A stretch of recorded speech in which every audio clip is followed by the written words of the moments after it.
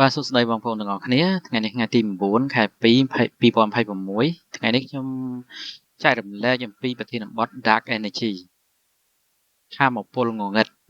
វីដេអូមុនយើងបាននិយាយគ្នាតាក់ទងនឹងធាតុងងឹតបាទថាតើពីរនឹងខុសគ្នាយ៉ាងម៉េចទីមួយខ្ញុំនឹងនិយាយអំពី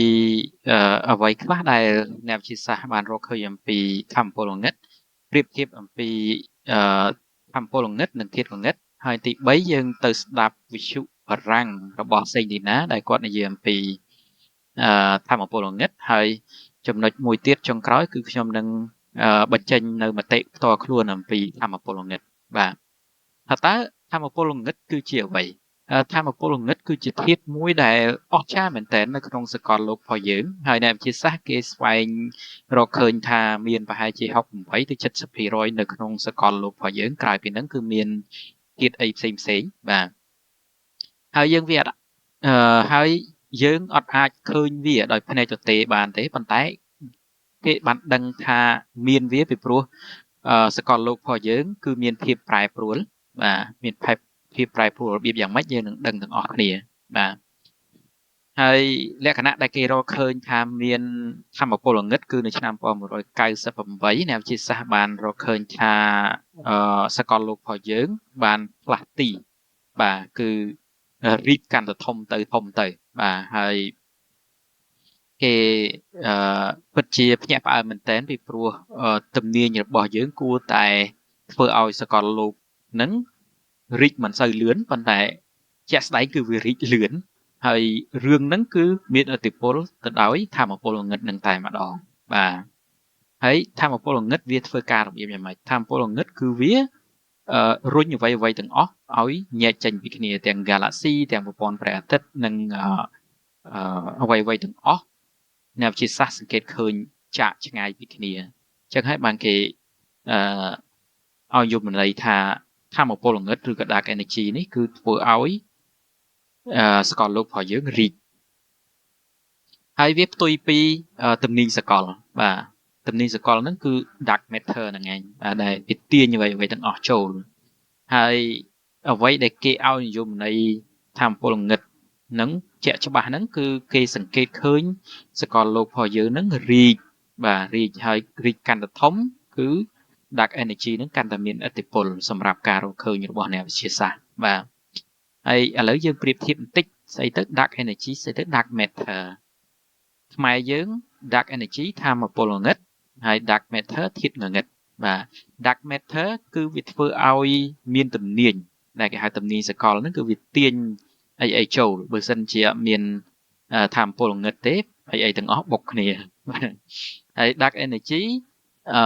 ជាថាមពលងងឹតហ្នឹងបាទគឺវារុញអីទាំងអស់ចេញបាទអញ្ចឹង Dark Energy ហើយ Dark Matter គឺវាផ្ទុយគ្នាបាទហើយ Dark Matter គឺជួយឲ្យបង្កើត Galaxy រីឯ Dark Energy គឺគ្រប់គ្រងទៅលើការរីកមាឌនៃសកលបាទធាតុពិតនៃសកលលោកបើសិនជាថាមពលងងឹតនៅតែបន្តសកលលោកអាចរីករហូតបាទរីករហូតហើយទៅថ្ងៃអនាគតអ្នកវិទ្យាសាស្ត្រយល់ថាអាចនឹងមាន Big Freeze ហ្នឹងបានន័យថាមានការកកដ៏ធំពីព្រោះតែកាលណា Dark Energy នឹងវាបរិចកាន់តែខ្លាំងសកលរីកកាន់តែឆ្ងាយGalaxy រីកកាន់តែខ្លាំងប្រព័ន្ធព្រះអាទិត្យរីកកាន់តែខ្លាំងភពទាំងអស់កកអស់ហើយគ្រប់រែងណាលំហទាំងអស់សីតុណ្ហភាពកាន់តែត្រជាក់ខ្លាំងអីចឹងទៅហើយមានទ្រឹស្ដីខ្លះទៀតគេយល់ថាមានទីបញ្ចប់ហើយគេក៏មិនប្រកាសដែរបាទនេះគឺជាចំណុចដែលគេទៅសេមកអញ្ចឹងហើយហេតុអីបានវាសំខាន់នៅពេលដែលយើងសិក្សាអំពីDark Energy ហើយក៏ Dark Matter ដែរពីព្រោះអញ្ចឹងបងប្អូនកាលណាយើងយល់អំពី Dark Energy វាធ្វើឲ្យយើងយល់អំពីការកកើតឡើងក៏ដូចជាអនាគតនៃសកលលោករបស់យើងបាទហើយរឿងមួយទៀតសំខាន់នោះគឺ Dark Energy គឺជាធាតុមួយដែលបានន័យថាវាធំធេងហើយវាមានឥទ្ធិពលខ្លាំងទៀតដែលយើងអាចនិយាយបានថាជា ជាធាតុមួយដែលអស្ចារ្យណាស់នៅក្នុងសកលរបស់យើងបាទនេះគឺជាចំណុច6ចំណុចដែលខ្ញុំបរិយាយអំពីDark Energy ឥឡូវយើងទៅស្ដាប់វីដេអូរបស់សេងឌីណាទាំងអស់គ្នាបន្ទាប់មកយើងនឹងធ្វើការវិភាគទាំងអស់គ្នាណាបាទ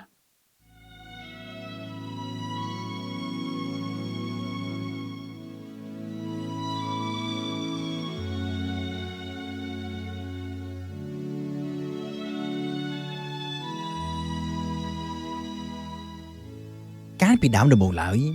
អស់រយៈពេលជាច្រើនពាន់ឆ្នាំមុនមនុស្សយើងតែងតែគិតថាចក្រវាឡរបស់យើងនេះមានទំហំត្រឹមតែ Galaxy Milky Way តែប៉ុណ្ណោះដោយមិនមានអ្វីលើសពីនេះទៀតនោះទេហើយគឺជាចក្រវាឡ static ដែលមានន័យថាចក្រវាឡ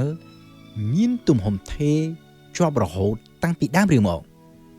តាមក៏ពិតទៅសូម្បីតែអ្នកប្រាជ្ញដ៏ល្បីឈ្មោះបំផុតមួយនៅក្នុងប្រវត្តិសាស្ត្រគឺ Albert Einsteinក៏ធ្លាប់គិតដែរថាចក្រវាឡគឺមានទំហំថេរបែបនេះហើយដូច្នេះហើយបានជានៅពេលដែលលោករកឃើញទ្រឹស្ដី General Relativity នៅឆ្នាំ1915ហើយសម័យកាលដែលលោកសរសេរចេញដំបូងនោះវាមិនមានលំនឹង Einstein ក៏បានសម្រេចបញ្ចូលកុងស្តង់មួយទៅក្នុងនោះដើម្បីធ្វើឲ្យសម័យកាលនេះឆ្លុះបញ្ចាំងពីភាពថេរនៃចក្រវាឡកុងស្តង់នេះត្រូវបានគេឲ្យឈ្មោះថាកុងស្តង់ Cosmologic ឬតាមភាសាអង់គ្លេសថា Cosmological Constant ហើយនៅក្នុងរូបវិទ្យាកុងស្តង់នេះត្រូវបានគេកំណត់ថាជាថាមពលនៃភាពទទេក្នុងអវកាស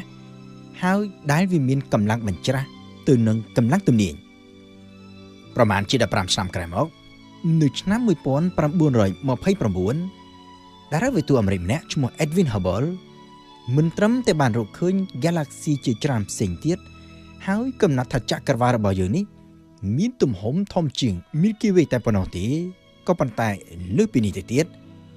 លោកក៏បានសង្កេតឃើញផងដែរថាគ្រប់ Galaxy ទាំងអស់ដែលលោកបានរកឃើញមិនថាវាស្ថិតនៅទិសខាងណានោះទេគឺសុទ្ធតែមានចលនាចេញឆ្ងាយពីភពផែនដីរបស់យើងទាំងអស់ហើយនេះវាគឺជាភស្តុតាងដែលបញ្ជាក់ថាចក្រវាឡរបស់យើងនេះមិនស្ថិតនៅថេរដូចជាការគិតរបស់យើងតាំងពីមុនមកនោះទេផ្ទុយទៅវិញចក្រវាឡរីកមាឌកាន់តែធំឡើងពីមួយថ្ងៃទៅមួយថ្ងៃនៅពេលនោះ Einstein ដែលមានជីវិតរស់នៅឡើយបានទទួលស្គាល់ថាការដែលលោកបន្ថែមកុងស្តង់ Cosmologic ទៅក្នុងសម័យកាលគឺជាកំហុសឆ្គងដ៏ធំមួយនៅក្នុងជីវិតរបស់លោកក៏ប៉ុន្តែនៅពេលនោះ Einstein ប្រកាសជានៅមិនទាន់ដឹងនៅឡើយទេថាអ្វីដែលលោកចាត់ទុកថាជាកំហុសឆ្គងដ៏ធំនេះក្រោយមកត្រូវបានគេសង្កេតឃើញមានជាក់ស្ដែងហើយបច្ចុប្បន្ននេះ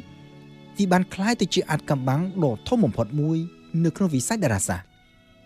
តែក៏ពិតទៅកាលពីដំបូងនៅពេលដែល Edwin Hubble រកឃើញថា Galaxy ទាំងអស់សុទ្ធតែមានចលនាចេញឆ្ងាយពីភពផែនដីហើយចក្រវាឡរីកមាឌកាន់តែធំឡើងពីមួយថ្ងៃទៅមួយថ្ងៃនោះអ្នកវិទ្យាសាស្ត្រជាទូទៅនាំគ្នាគិតថាអត្រានៃការរីកមាឌនៃចក្រវាឡនេះវានឹងត្រូវថយចុះបន្តិចម្ដង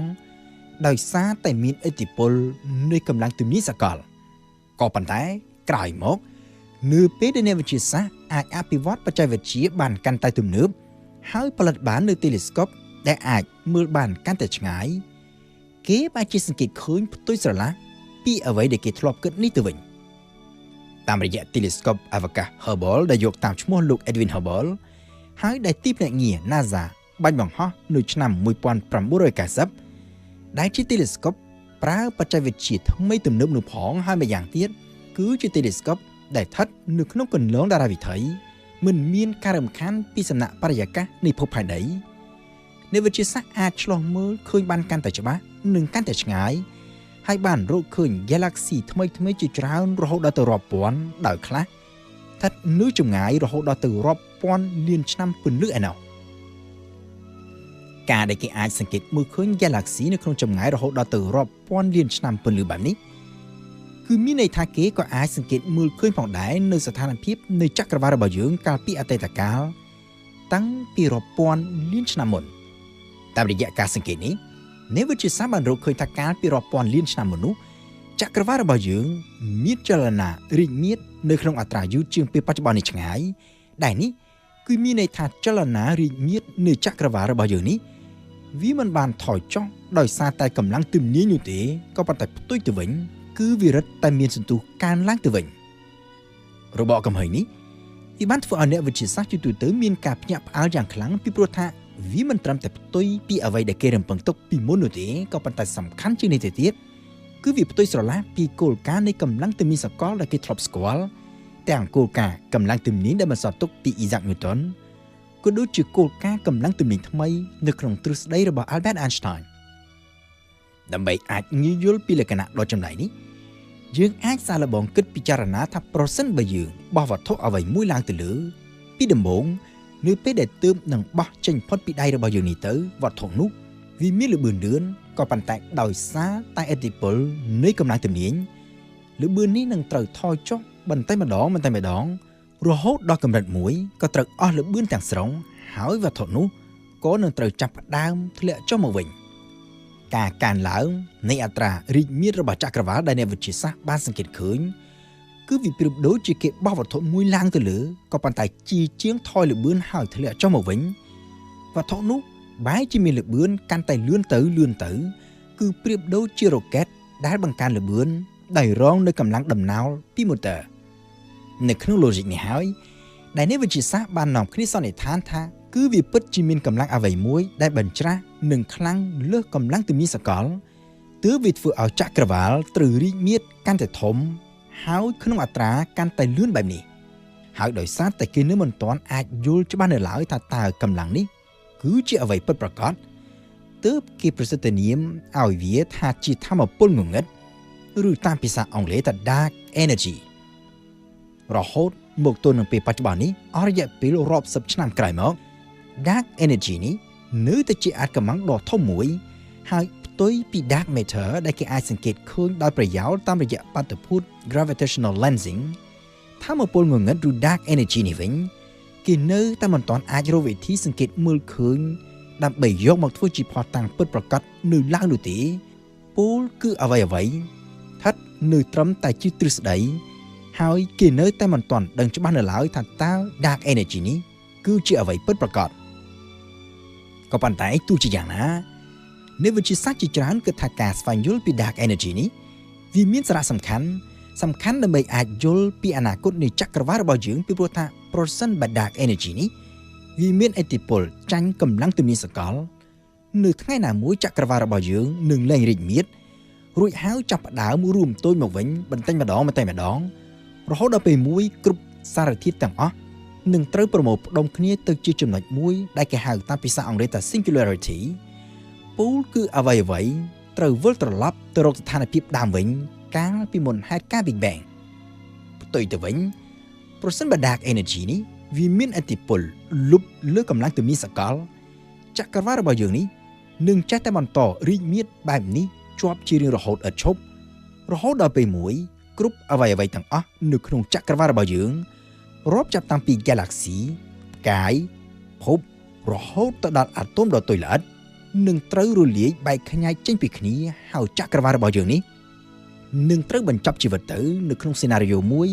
ដែលគេតែងតែហៅតាមភាសាអង់គ្លេសថា Big Rip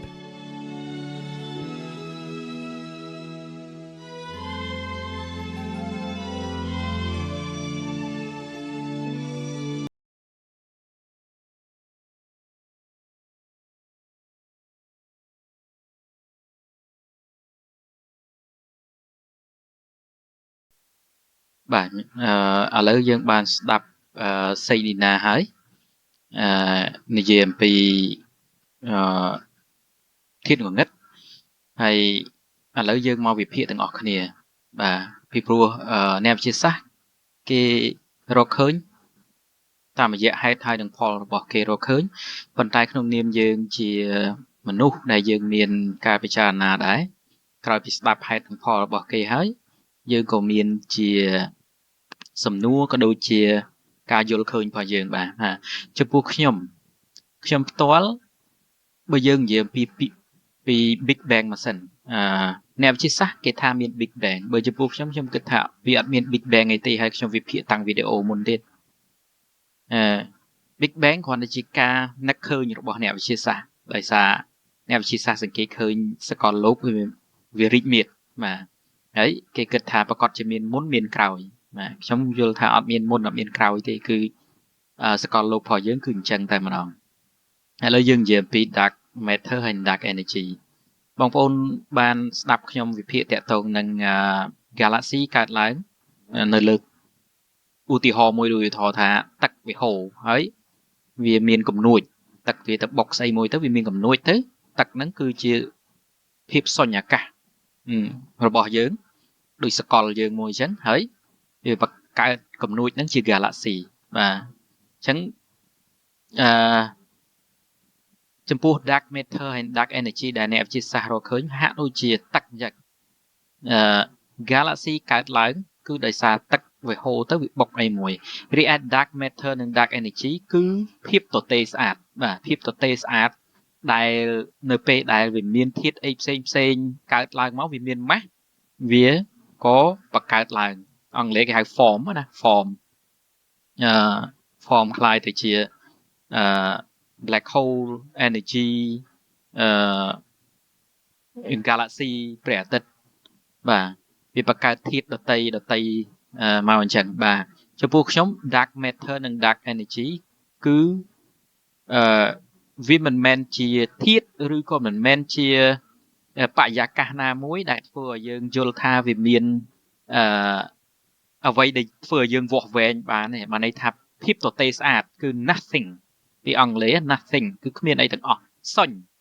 ខ្មែរយើងសុញបាទសុញហ្មងdark matter ធាតុងងឹតគឺភាពទទេ dark energy ឥទ្ធិពលងងឹតគឺឥទ្ធិពលទទេអញ្ចឹងចំពោះខ្ញុំពីរហ្នឹងគឺវាត្រត្រង់គ្រប់ធាតុទាំងអស់បាទដូចដីវាហោះអណ្ដែតនៅក្នុងទឹកអញ្ចឹងទឹកវាអាចត្រដីនឹងបានអញ្ចឹងណាបងប្អូនបាទភាពទទេអាចត្រនៅធាតុបានបាទហើយខ្ញុំនិយាយអំពីរុញហើយនឹងទាញគេថា dark energy រុញ galaxy ឬក៏ធ្វើឲ្យសកលលោករីកចំពោះខ្ញុំអត់យល់អញ្ចឹងទេខ្ញុំយល់ថា galaxy ប្រព័ន្ធព្រះអាទិត្យឬក៏ជា galaxy cluster ឬក៏ជាសកលលោកទាំងមូលហ្នឹងគឺវាគ្មានរីកវាគ្មានរួមអីទេគឺវាធម្មតាអញ្ចឹងទំនាញវាទាញកាលណាមានម៉ាស់មានទំនាញទាញចូលគ្នាឬក៏រុញគ្នាចេញដូចតែឆក់អញ្ចឹងបាទរីឯលំហូរនៃការទាញរុញគឺដោយសារម៉ាស់នៅធាតុទាំងអស់ហ្នឹងហើយវាប៉ះគ្នាឬមិនប៉ះគ្នាដោយសារវាវិលទៅវាប៉ះគ្នាក៏ប៉ះមិនប៉ះក៏វាខ្ចាត់ខ្ចាយពីគ្នាទៅគឺដូចស្លឹកឈើដែលលើទឹកហ្នឹងអញ្ចឹងបាទពេលណាដែលវាអង្គើទៅប៉ះគ្នាក៏ប៉ះជួនកាលវាអាចរុញគ្នាចេញអញ្ចឹងទៅបាទអញ្ចឹងបើសិនយើងនិយាយថាធាតុងងឹតទាញចូលខ្លាយទៅជា gravity អញ្ចឹងបានន័យថាធាតុងងឹតហ្នឹងគឺជាវាមានឥទ្ធិពលហាក់ដូចជាដុំថ្មឬក៏ជាធាតុអីមួយដែលហោះនៅក្នុងលំហអញ្ចឹងតាមពិតវាអត់អញ្ចឹងទេដល់ពេល dark energy ថាមពលងងឹតវាហាក់ដូចជាមានស្អីមួយរុញស្អីមួយចេញអញ្ចឹងកាលណាយើងប្រើគំនិតជាមនុស្សដែលយើងយល់អំពីសកលតែប៉ុណ្ណឹងយើងយល់អំពីរឿងដែលមានតូចមានធំមានលើមានក្រោមមានទាបមានខ្ពស់កាលណាយើងយកនិស្ស័យជាមនុស្សយកមកវិភាគគឺយើងយល់ថាអញ្ចឹងអាហ្នឹងមិនមែនមានន័យថាខ្ញុំហ្នឹងចេះជាងហ្នឹងទេហើយខ្ញុំមិនជឿទៅលើការបកស្រាយរបស់អ្នកវិទ្យាសាស្ត្រទេប៉ុន្តែខ្ញុំយល់ថាអ្នកវិទ្យាសាស្ត្ររកឃើញប៉ុណ្ណឹងគឺមិនទាន់ដល់ចំណុចណាមួយហើយគំនិតរបស់ខ្ញុំមានគំនិតផ្ទាល់ខ្លួនខ្ញុំយល់ថាសកលលោករបស់យើងគឺភាពទទេហើយគ្រប់ធាតុទាំងអស់ដែលនៅក្នុងសកលលោកគឺវាអណ្ដែត free បាទគឺ free float បាទហើយវាផ្អែកទៅលើរូបមន្តនៃថាមពលទំនាញរបស់វាអាណាធំទៅទាញចូលកាន់តែខ្លាំងឬក៏ធាក់ចេញកាន់តែខ្លាំងអញ្ចឹងទៅឥឡូវយើងនិយាយអំពីការ start ហើយនឹង end ការចាប់ផ្ដើមនិងការបញ្ចប់សេឌីណាគាត់និយាយមិញថាបើសិនជា dark matter វាអាចទាញចូលខ្លាំងវាអាចធ្វើឲ្យbig bang ដែលរីកយូរទៅហ្នឹងវារួមមកវិញคล้ายទៅជាគេហៅ singularity ណាជាចំណុចទូចមួយអញ្ចឹងវារលាយនៃសកលលោកគេហៅថា big rip ណា big rip ណាខ្ញុំអត់ជឿអញ្ចឹងទេបាទខ្ញុំអត់ជឿទៅលើ big bang ខ្ញុំអត់ជឿទៅលើការកកើតនៃសកលវាអត់មានកកើតទេគឺវាអញ្ចឹងហ្មងបាទ ហើយក៏អត់មានការបញ្ចប់បាទគឺវាអញ្ចឹងរហូតហ្មងបាទមានថ្ងៃបញ្ចប់មិនដូចជីវិតមនុស្សយើងនេះយើងយល់ថាមានកើតមានស្លាប់ហ្នឹងដោយសារយើងយល់អំពីជីវិតរបស់យើងប៉ុន្តែសកលវាអត់ចឹងវាធំហួសហេតុពេកហួសនិស្ស័យនៃការប្រៀបធៀបនៃរបៀបរបស់យើងអញ្ចឹងណាបាទអញ្ចឹងគឺគ្មាន Big Bang ចំពោះខ្ញុំទេណាគ្មាន Big Bang ហើយក៏គ្មានការរួមតូចដល់ខ្លាយទៅជា singularity ការបាត់បង់ដែរហើយក៏គ្មានការរីកមាឌណាដែលខ្លាយទៅជា big freeze បាទគឺវាគ្មាន galaxy ណាទាញរហូតដល់ឆ្ងាយគ្នារហូតអត់ទេគឺអាណាហោះចូលគ្នាក៏ហោះទៅអាណាចេញក៏ចេញទៅគឺវា free float វាមានឥទ្ធិពលអាណាទាញគ្នាចូលអាណារុញគ្នាចេញអត់មានធាតុងងឹតឬក៏ធាតុរែងណែធម្មពលងងឹតដែលមានឥទ្ធិពលទៅលើនឹងទេគឺខ្ញុំយល់ថាអាហ្នឹងធៀបទៅទេគឺខ្ញុំជឿជាក់ទៅលើ Einstein ដែលគាត់មិនបញ្ចូលគេហៅក្នុងរូបមន្តគាត់មិនបញ្ចូលគេហៅស្អីមួយទៅក្នុងរូបមន្តរបស់គាត់ក្រោយមកគាត់បញ្ចូលវិញណាបាទអញ្ចឹងជាការសន្និដ្ឋានរបស់ខ្ញុំគឺ dark matter និង dark energy យើងអាចឲ្យឈ្មោះវាបានប៉ុន្តែវាជាធាតុដែលគ្មានប៉ុន្តែវាមានឥទ្ធិពលនៅក្នុងសកលខ្លាំងដែលវាអាចទ្រទ្រង់គ្រប់ធាតុទាំងអស់ពីព្រោះកាលណាភាពគ្មានលើគ្មានក្រោមមានអីហ្នឹងគឺវាអាចទ្រទ្រង់ធាតុដែលធំបានអញ្ចឹងហើយបាទអាហ្នឹងគឺជាភាពអស្ចារ្យនៃសកលបាទន័យថាមានដូចមិនមានដូចមានបាទអញ្ចឹងឥឡូវយើងចប់ត្រឹមនឹងសិនតកតងនឹងរឿង dark energy តទៅមុខទៀតយើងនឹងវិភាគរឿងច្រើនទៅយ៉ាងទៀតបាទបងប្អូនអរគុណច្រើន